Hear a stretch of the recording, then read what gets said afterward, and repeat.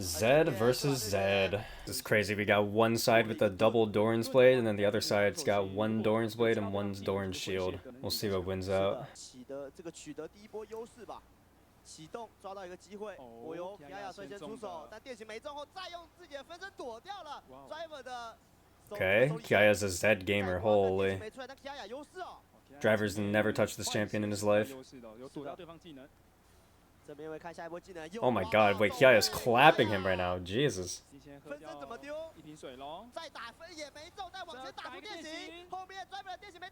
Passive auto? Okay, Kiaya's going for it. Yeah, Kiaya's just a better Zed player.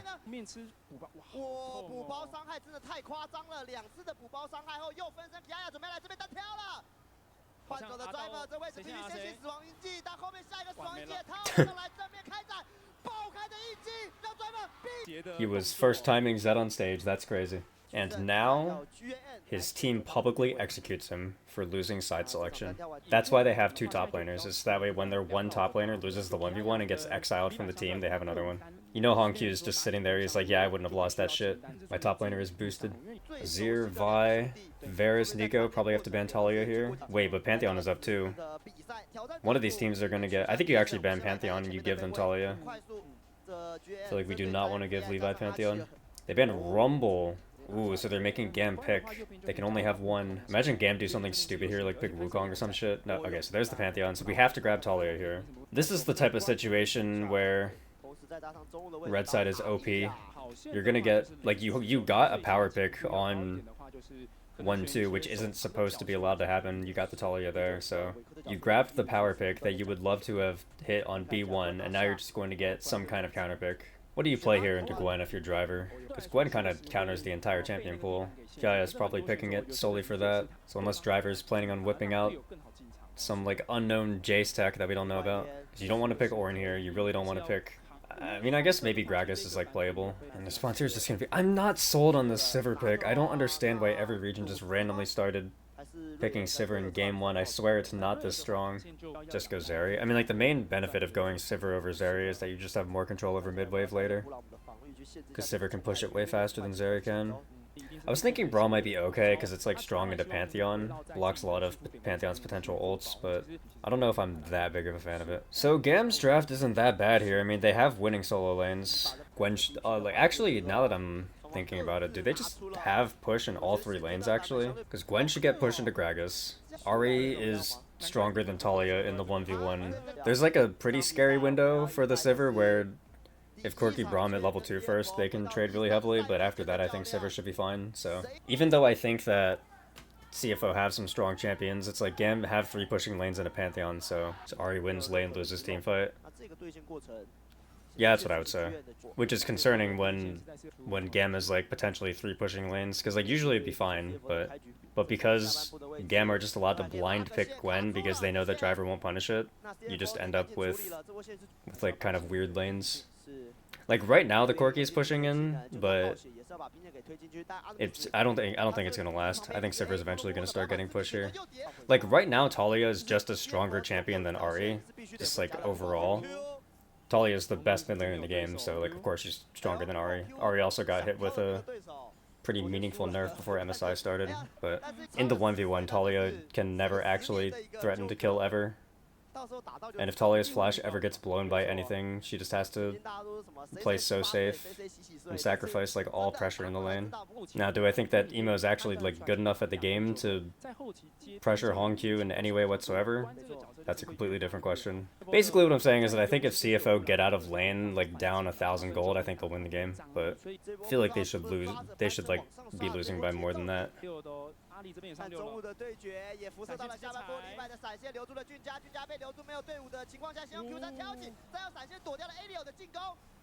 It's 2 flashes blown for nothing. Corki's walking up. Charm lands. It's actually not horrible for GAM right now. Corki's late to the fight. That was pretty ugly. It didn't really start out that bad, but I feel like they needed to play the situation slower and just like wait for the Corki to walk up. Because like this first part's fine. You get Pantheon's flash and then you trade Rel Flash for Xinjiao Flash. Corki's pushing in the wave and walking up right now. I think that KAIWING just went too fast. And Emo also, that was a good charm on the Xinjiao, so... Well, if Ari wasn't gonna beat Talia in lane before, she certainly is now.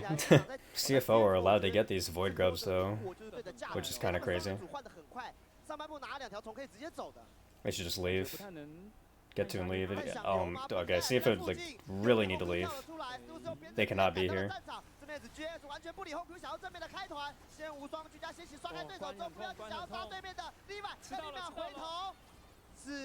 Well, they got 2 grubs, I guess. I don't know. Man, CFO are playing so weird. I don't know if they're just like rusty or something. Is Corki that good late? Corki has an extremely strong 2-item power spike. And then the idea is that you fight on said 2-item power spike and then get enough of an advantage there that you can kind of like have a slight lead or like control over the rest of the game. But no, Corki's not like a crazy 6-item scaler or anything, compared to a champion like Sivir at least. Solo kill maybe? No. Yeah, he's dead. It feels like I'm watching a different team. This is not the CFO that I'm used to watching. Like, they're just in a massive hole because they tried to fight first Dragon, which was bad, and then they overstayed for a 3rd Void Grub, which was weird. Fatigue from MSI and EWC. Like, you could say that, but it's like, GAM was also there, you know? They were both there, so... Fell a bit off after MSI. Listen, I don't give a shit about EWC. It's a garbage tournament with a garbage format. I don't think anybody should take any results from that tournament seriously. Like, I can respect the fact that if you played at that tournament, then maybe you're tired because all of the splits start like right after the tournament ends. Like, sure, I'll give you that much. But no, I do not care that G2 defeated BLG 2-1. Like, I just don't give a shit, I'm sorry. Isn't Ari kind of weak now? She is kind of weak, yes. The reason why I was saying that I didn't mind the Ari in this game was because of the dynamic of just having 3 pushing lanes. I think it's like really hard to lose a game when you have 3 pushing lanes. Which, for the record, is pretty much all because GAM had the idea to blind pick Gwen because they knew that Driver couldn't punish it. Riftmaker's sad. There's been this recent wave of hatred for Riftmaker on Gwen, and I don't disagree, but you gotta think about what Gwen's role is in this game. Like, her role isn't actually that she needs to go crazy and kill people. The rest of her team has damage. Gwen's job is to just not get one shot. That if Gragas finds an engage or if Talia lands one combo, that the Gwen doesn't just immediately die and she actually has time to live and press W or something. Because you have plenty of damage on this team. You have 3 other champions on this team who can do good damage. So it's not like you need to full send and just go like Lichbane or some shit. Because like if you go Lichbane and then you just get like one shot by a Gragas combo, that can ruin the entire game. It's the same deal with Victor players choosing to go Ludens over Rod of Ages. It's just you have to think about what the champion's actual role within the game is, and usually Rod of Ages is preferred because the Victor just wants to be able to absorb snap engages and stuff as a champion with low mobility.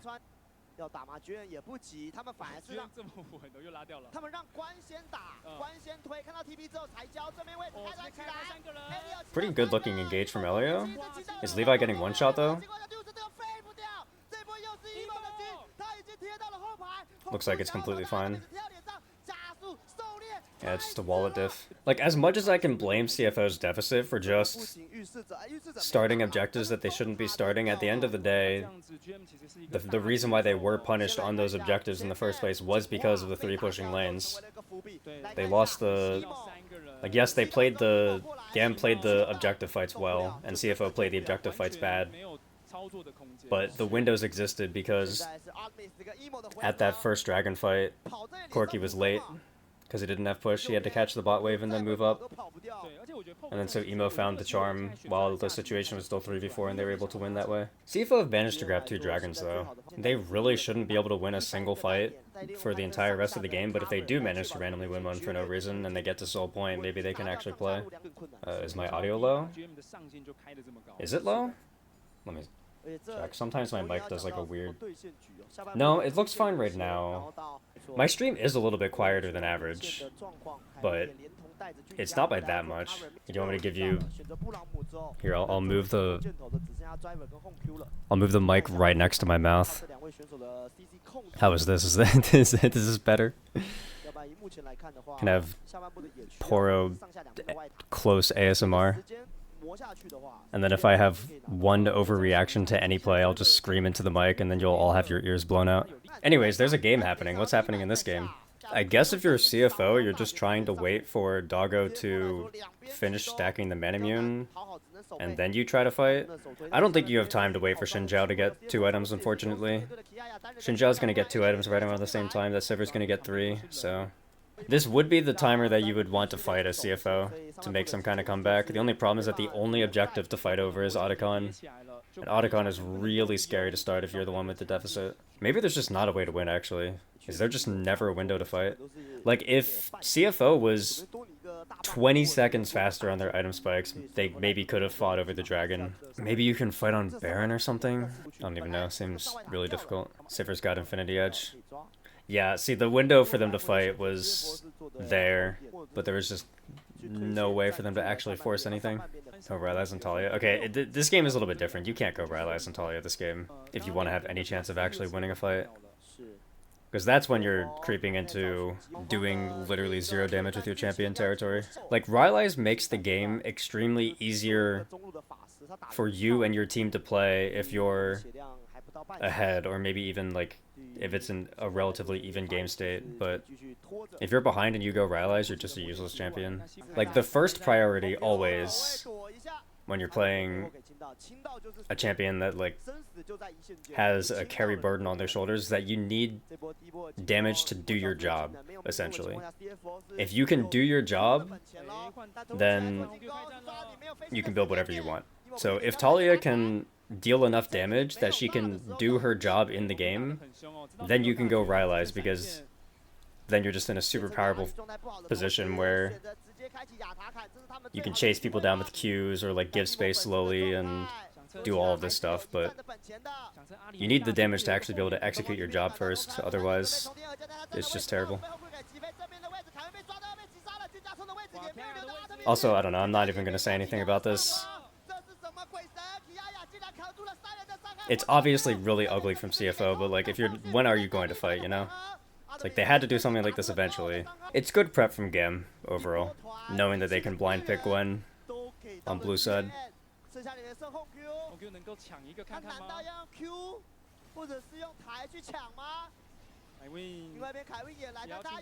Wait, this is Baron steal. Oh my god, KAIWING is a griefer. That was a free Baron for CFO. What the fuck? Does KAIWING just not read patch notes? Does he not know that Smite is only 900 now in Unsealed Spellbook? Levi griefed by smiting early, and then KAIWING griefed by also smiting early after Levi smited. I mean, to be honest, even if KAIWING gets the Baron, it probably doesn't even matter. But still, that was not great. Because, like, the Pantheon has no smite. You don't have to be fucking pixel perfect. You can just patiently wait for it to go down to like 700 or something before you smite. That was a good little play from CFO, punishing no flash Ahri. Not sure why they based and started running bot side though. I feel like they should have gotten the pick and then played for the 2-2 maybe. CFO needed something to hold them up for the Shin Corki spikes. Yeah, I'm telling you, the entire issue is that Driver's champion pool just fucked them this game. Is Void Staff worth versus only Merc Treads? Yes, it is. Most champions have high enough base magic resist in their kit that Void Staff is usually just a super high damage option no matter what. Got 2 ran over early. Well, the reason why they got ran over early was because they have 3 losing lanes. And the reason why they have 3 losing lanes is because even though they're on red side, blue side was able to get an extra quote-unquote counter pick because they knew that if they picked Gwen, that CFO would just pick a tank into it anyway. Like I said, it was just good prep from GAM. Like, they definitely planned this ahead of time. Like, I think that Driver is a better top laner than Rest, but if CFO had played Rest in game 1, this wouldn't have happened to them. Because they could have like countered Jace or something into the Gwen, and then they don't have this issue anymore. Because, like, yes, CFO kind of ran it down at first Drake and Void Grubs, but the alternative is that you give over first Drake and Void Grubs and then you end up in a losing early game anyway, you know? It also just comes down to the whole thing of like, why are we letting Levi pick Pantheon on blue side at all? If it was a best of 5, I can understand, but it's a best of 3. Why are we giving GAM their best champion by a significant margin?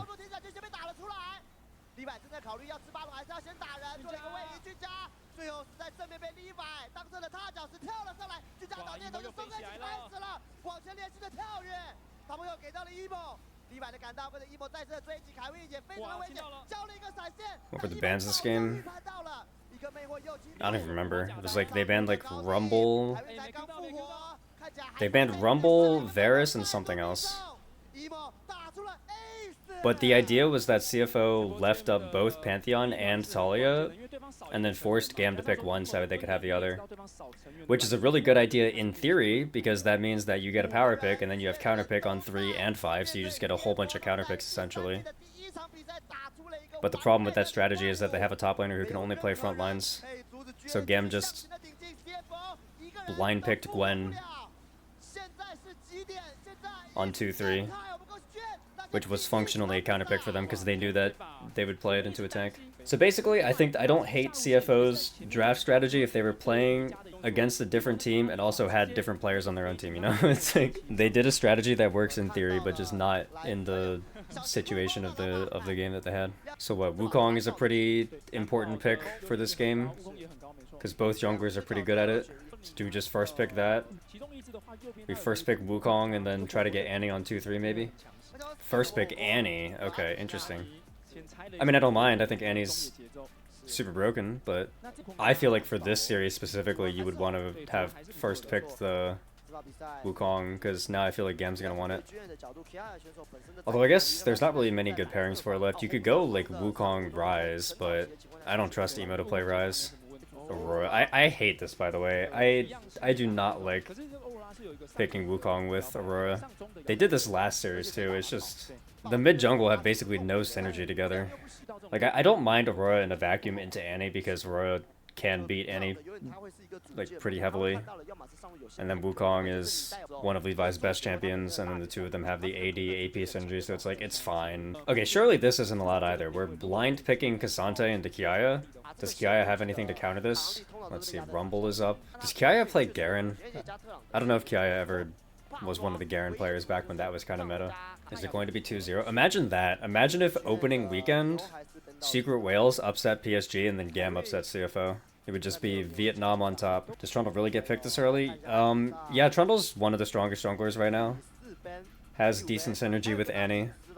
You can use it to kind of deny a lot of picks that the opponent could go. Like, if you pick Trundle early, it makes it so that way the opposing team can't go Nautilus, can't go Leona, can't go any frontline top lane, so like no Ornn or Sion or anything like that. So it's just like, it's a very restricting pick. Okay, it does play Aurora top a decent amount. Okay, that could be an angle. See, that's a little bit better. Now we actually have a mid laner who pairs with the Wukong. Now, that said, I still don't really have faith in Emo to pilot Ryze at all, but he had a good game one. See, this is why it sucks having KAIWING on your team, is because what do you actually pick here? Do you just go Ezreal Nautilus or some shit? Yeah, so they grab Leona, but it's like, I don't know. I would hate playing with a support player who can only pick like 5 champions and all of them are engaged. Like, you already have Cassante Trundle, so you're kind of tanky to begin with. This would be a nice angle to be able to pick a super lane abusive duo. Like an Ezreal Karma or something, since enemy team's already showing Rakan, but it's just, you just can't do that because your support doesn't play those champs. It's really not that easy of a Kaiser game, by the way. And then Misfortune. I've seen worse Misfortune angles before. I don't like Misfortune. Misfortune is notoriously not very good against Leona Ultimate. And Trundle Pillar, yeah, that's true. Just press R after Pillar and ult, true. Just get Edge of Night, true. Kicking it old school, we go Lethality Misfortune.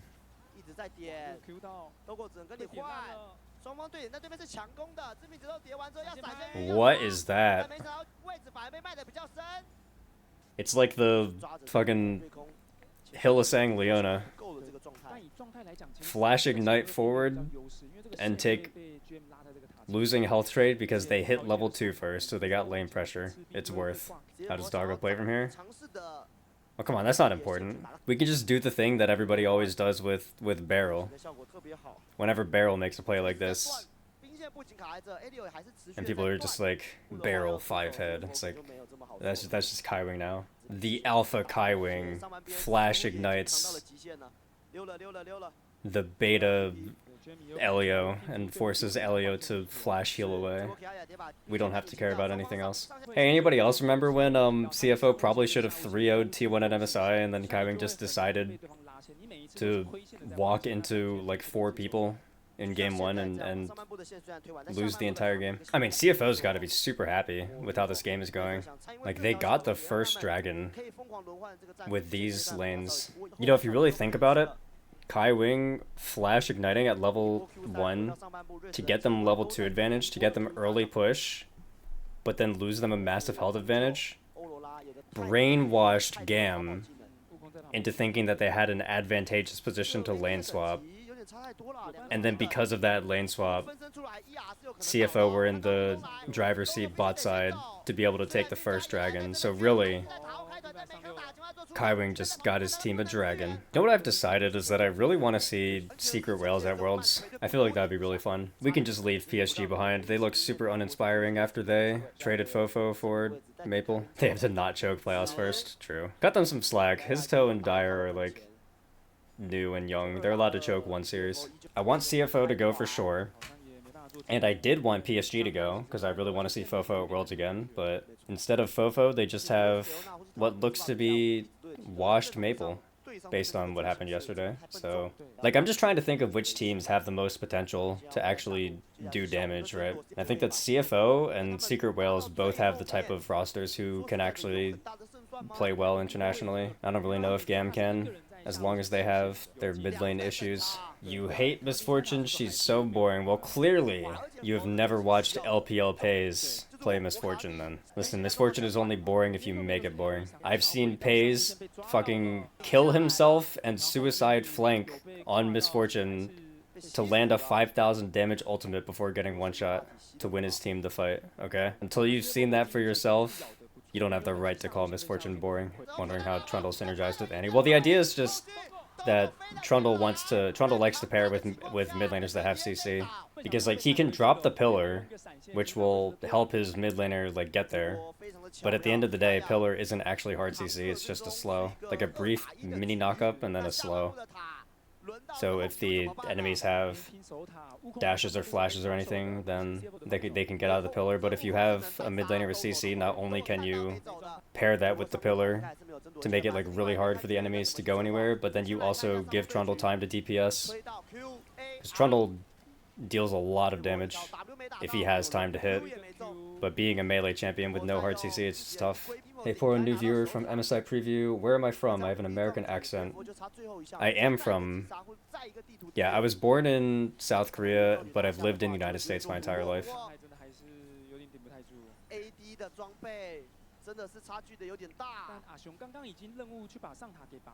But LCP is the only region that I have co-streaming rights for, so... Oh my god, KAIWING, what the fuck was that ultimate? Jesus, okay, you know what? Leona does not counter Misfortune if the ults look like that.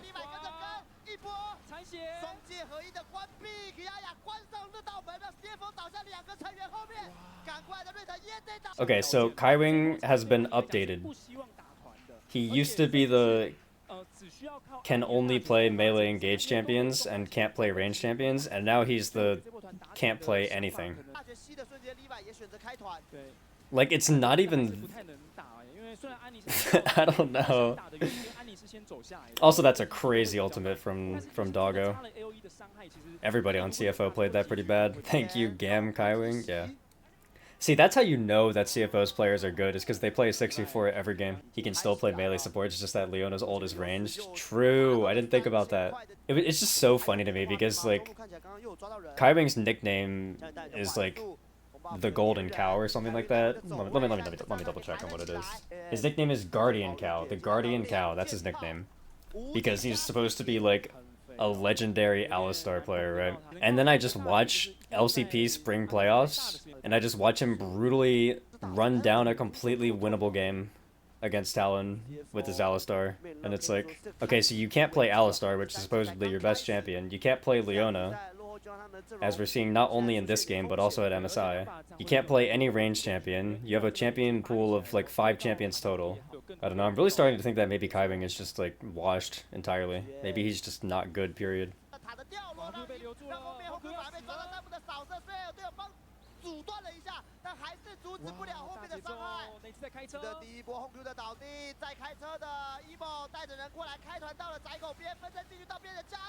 Damn, it's really just a GAM 2-0. There wasn't even anything for me to like talk about this game. CFO just got completely rolled. There was nothing to this one. Like, what do I even say? The GAM MVP was KAIWING, who's the actual MVP. I'm like thinking about it, I don't even know. I guess Levi's done okay. I mean, like, everybody on GAM's done okay. There really hasn't been any big mistakes other than Kiaya getting picked out, like, next to Raptors.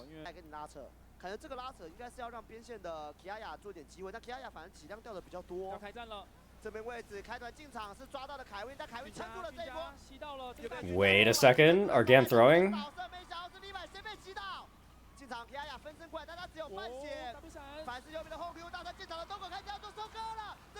my gosh, Junji is just in there. He just flashed into 3 people. Oh my god, they threw in front of the Otacon. There's no way. It's insane. KAIWING actually landed a valuable ultimate. Did you guys see that? His ultimate hit somebody. We're never gonna see that again. Yeah, the Annie-ult hit 3 people and then KAIWING. Okay, so that's the solution. KAIWING can land his ultimate if the target is already not moving.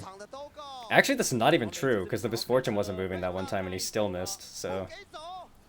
I don't know. The verdict on KAIWING is still undetermined.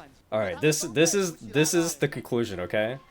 KAIWING can land his ultimate if the enemy target is not moving and the coin flips heads. Well, okay, maybe CFO can like win now. All of a sudden, the Kaizo, who was just 2,000 gold behind the Misfortune, is dead even. Okay, admittedly, my brain was like kind of off because I just assumed that GAM were gonna win Aurora Bloodletters. Yeah, a lot of mages have been going Bloodletters because the item is moderately gold efficient. Like, it gives really good stats across the board. Makes you super tanky, deals a shit ton of damage. Also has ability haste, is not expensive. It's like just a pretty safe bet. Like, the item got buffed. It used to be weaker, but Riot just gave the item extra health and extra AP with like no drawback. Like, you'll see it on champions that you would never expect it on. Like Annie, Victor, I've even seen it on like Talia and stuff. Should these champions be allowed to build Bloodletters? Probably not, but sometimes the stats on an item are just too good, you know? That's like kind of what's happening with Rod of Ages right now, is that Rod of Ages should not be this universally buildable, but the gold cost is low enough and the stats are high enough that it's just an item that you need to build anyway, even though theoretically it shouldn't be that good. Or Victor makes you upset. It makes me upset too, but it's also like, I've gotten to the point where I'm like, it is just the correct item to rush on Victor. I don't want it to be the correct item to rush, but it just is. Because they made the item too strong, like as a stat stick item. Oh my god, KAIWING missed his ult on a stun target again.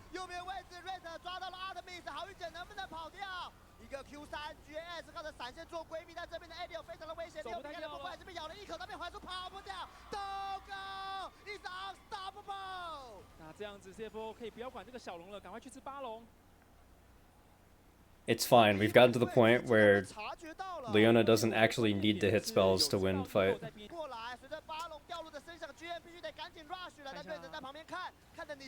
Okay, Hongq going for the flank position.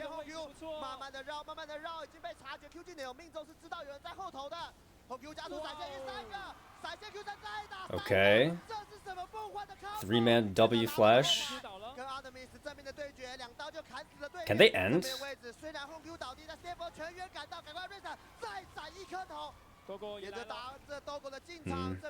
No, it doesn't look like it. Oh my god, Junjia, chill out. Chill out, Junjia, chill out. Junjia, you are still tanking the turret. Oh my god, Junjia just took like 8 turret shots there. That's crazy. Alright, now they end. What the hell?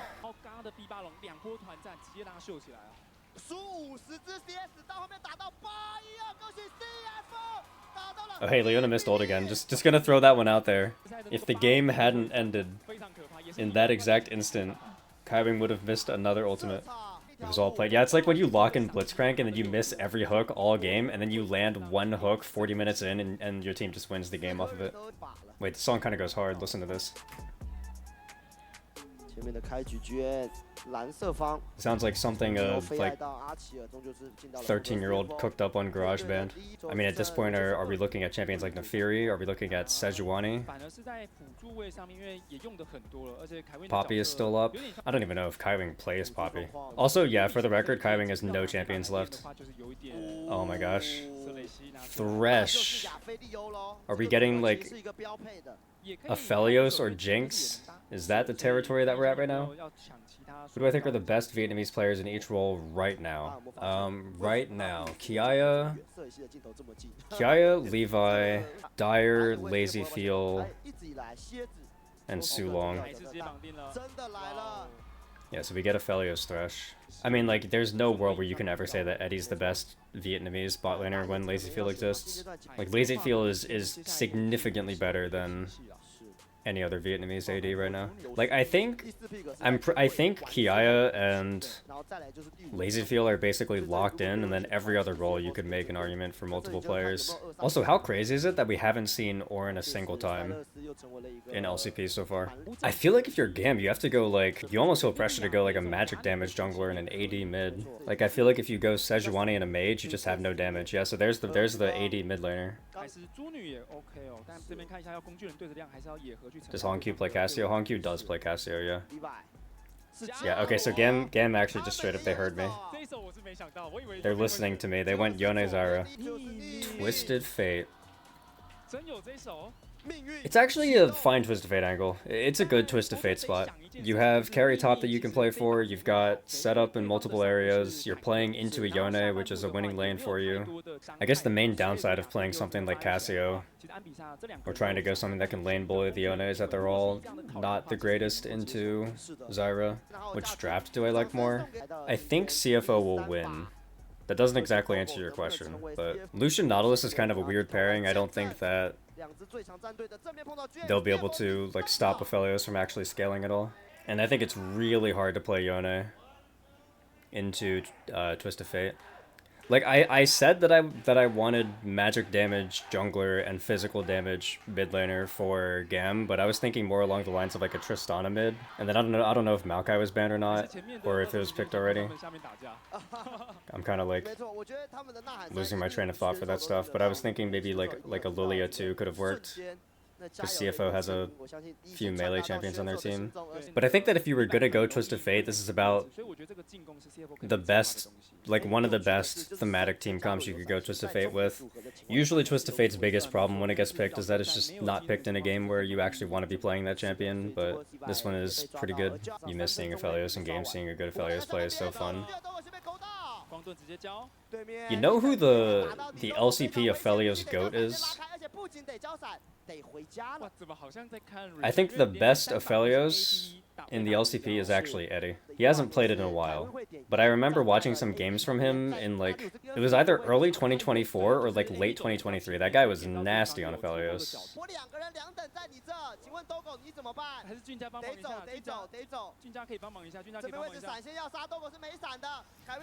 Okay, GAM are losing the entire game here, I think. Wait, guys, you gotta like kill the Lucian, by the way.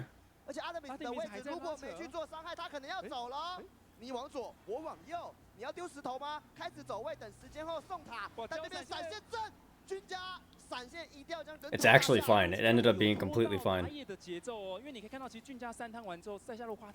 KAIWING can't take that hook because he doesn't know where Zyra is. If he takes it and the Zyra's there, he just dies. Elio landing that hook level 1 completely fucked the Aphelios, by the way. Aphelios has 0 farm.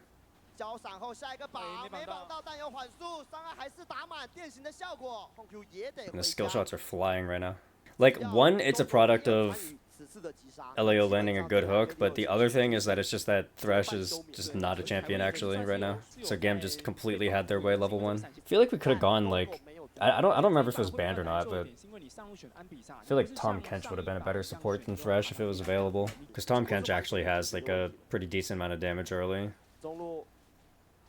it wouldn't have let Nautilus just completely take over level 1. I'm surprised that the Aphelios isn't lane swapping top.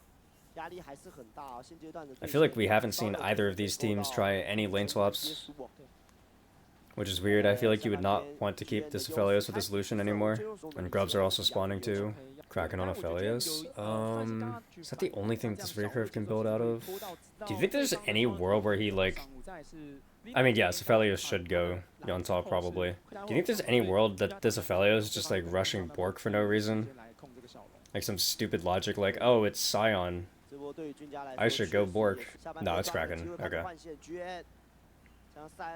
Yeah, I don't like that. Okay, genuine question. When was the last time that Rest won a lane against a competent top laner? I feel like I haven't seen this guy win a lane in forever. Like, he's playing Ambessa into Scion and he's losing. I think if you're CFO, you're probably fine to just have nothing happen in this game. Nice play from Junjie. But I think you're chill with just like scaling, because not only will the Aphelios scale really well, but there's not a single champion on GAM's side that outranges a rapid fire Twisted Fate stun. So they're all going to struggle against him later.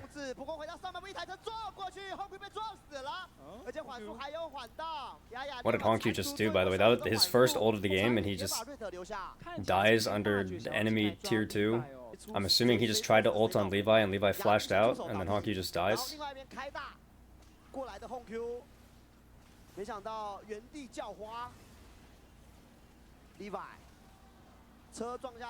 I see. Starting this because Ambessa and Twisted Fate just don't evolt.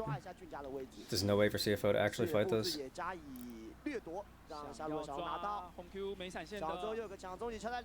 Hongq's dead here.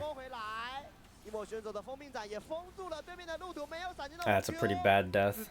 Damn, we're gonna get feats of strength here. See, here's kind of the problem that CFO are running into right now, is that they have their Twisted Fate sitting bot lane, and their Ambessa playing topside, and like the point of this Twisted Fate is that you kind of want to see if you can have some kind of overload timing.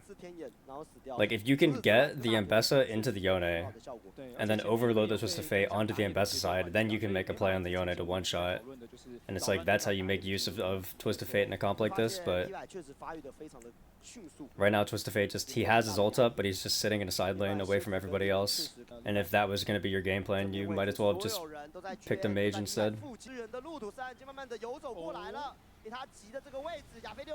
Okay, Junjie steals it. 2-man ult.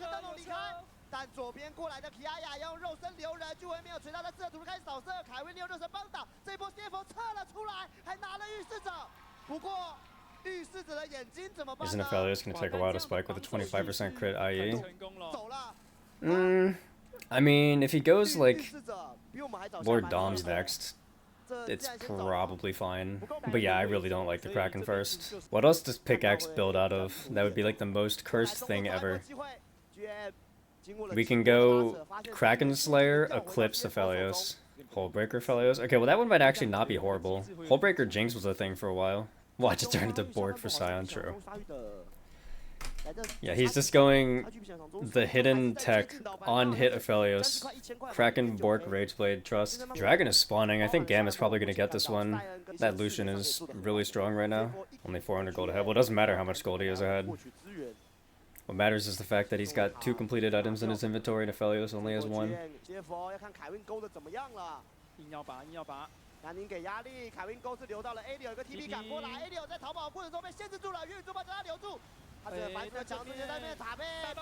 Yeah, we're just trying to defend mid tier 1, but Lucian is just like way stronger than everybody else right now. You know, it's crazy because GAM actually could have gotten out with nobody dying here. If they just settled for the 2 kills and then just backed off, they could have gone 2 for nothing with the mid turret.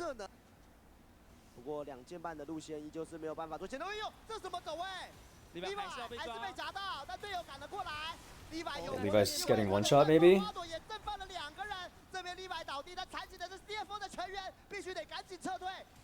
Oh my god, that was like a max range Nautilus hook.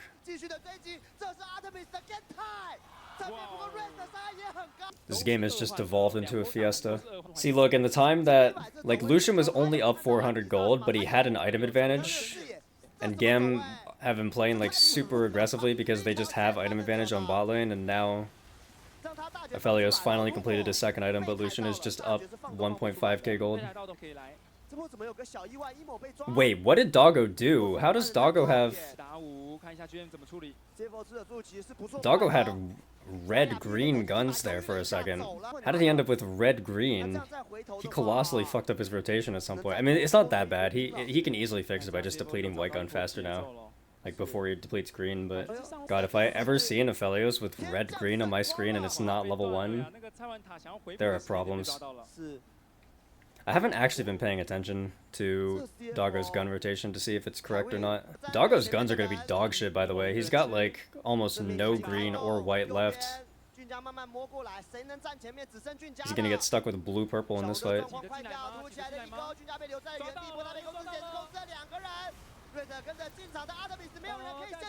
Let's see it. His ult killed Yone. Rest is one-shotting Artemis in the back. It actually looks really good for CFO.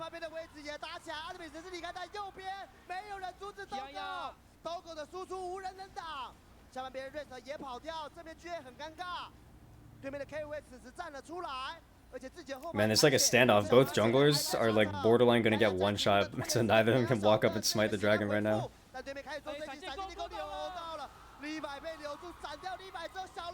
Damn, this game actually just turned into a crazy fiesta. Well, to the chakram only did not have enough to auto with it. Well, the ult killed Yone, so it was fine. How crazy is it that KAIWING can like land flash hook predictions on Thresh, but he can't land Leona ult on a CC target? Also, is Redemption really the move on Thresh? Like, I get what the idea is. You want to use the Redemption to help the Aphelios out and stuff, but I feel like CFO is not that tanky. Like, their front line isn't that crazy, so I feel like you just want to lock it, so that way Aphelios has more time with protection. Anyways, we're starting to get to that point where that I was saying, where the Twist of Fate is going to be super strong in fights. Like, CFO have to play it kind of slow, but nobody on GAM can actually outrange the rapid fire gold card.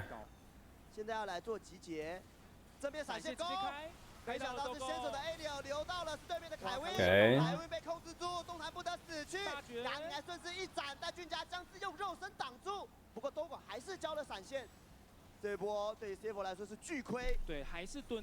It's a good window to flash hook with the Nautilus, since both Ambessa and Twist of Fate are kind of just staring at the Scion. I think in order to kill the Scion, Aphelios should have gone Bork Liandry's, because that way he can have maximum max health damage. Terminus on hit procs Liandry. True. Well, see, the problem is that it like only kind of procs Liandry. The real way that you do it is that you just get Nashers.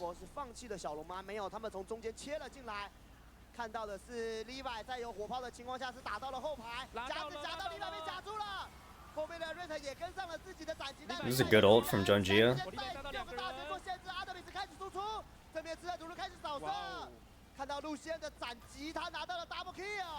CFO can still win this, by the way. They just need to land like one gold card on the Lucian. There's the gold card.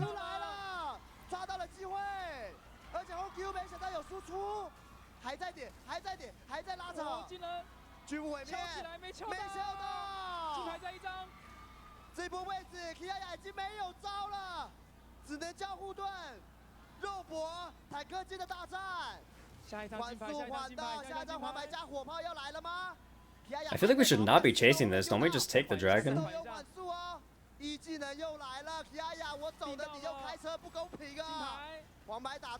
Who cares about killing the Scion? Take the dragon.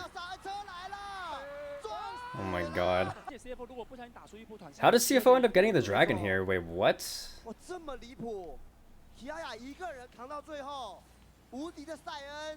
Wait, after Sion kills the Aphelios, the Yone was running out of base. Couldn't Yone have just soloed that? I still just think the Kraken Slayer in Doggo's inventory is so fucking funny to look at. Like, what is it doing there? See, the funny thing is that even when Kraken did do true damage, Aphelios never built it. Aphelios only ever built Gale Force or Shield Bow. Kraken was the one item he just didn't go. CFO's actually doing a pretty good job of defending this Baron. When GAM pushed for the top tier 2, they got the bot tier 2 with the Ambessa split push, and now they're holding on to this turret pretty well. Kiaya is actually like kind of chunked. They need to be a little bit careful.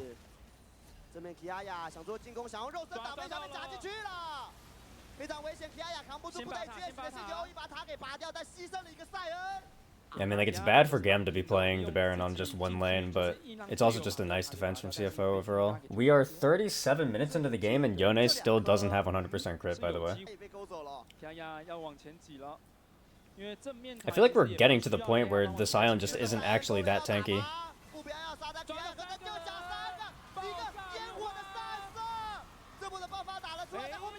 Okay, they one-shot the Aphelios, though.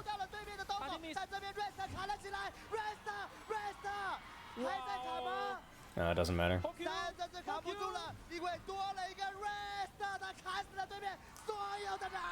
I want to see what Rest did this fight because I wasn't really paying attention. So, starts out decent. They're just like hitting the Sion. Junjia gets a big ult. But then, yeah, I mean, that's pretty bad from Doggo. The casters are gassing up Rest right now, but Junjia kind of carried that fight in my opinion. Like, he got a 3-man ult, and then all of them got hit by the Aphelios Infernum ult because of it. So, like, even though Aphelios got one shot, the entire team got melted anyway.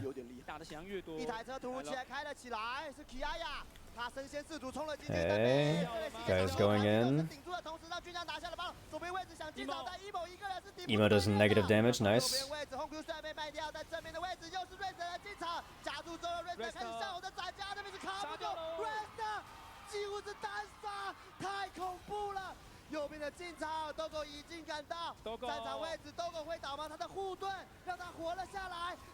CFO win, but man, this was an ugly series from them. They did not look good at all. Unironically, I think after week 1, the team that looked the best was Team Secret Whales, which is like an insane thing to say, but man, CFO did not look anything like how I'm used to seeing them look. I think GAM looked about how I expected them to look, but CFO just played worse than usual. What do we have next week? We've got DFM Chiefs. This will be Chiefs' like only chance to win a singular series all year, basically. Then PSG versus CFO, which might be a banger. Although most likely CFO will just stomp PSG because PSG doesn't look as good anymore without Fofo. And then this is gonna be an important series to see if Team Secret Whales actually looks like they can be competitive or not, or whether their 2-0 over here was just a fluke. Like, there is a chance that PSG is just really, really bad now. So I'm curious to see if Secret Whales can beat GAM or not. I feel like that's a big test for them.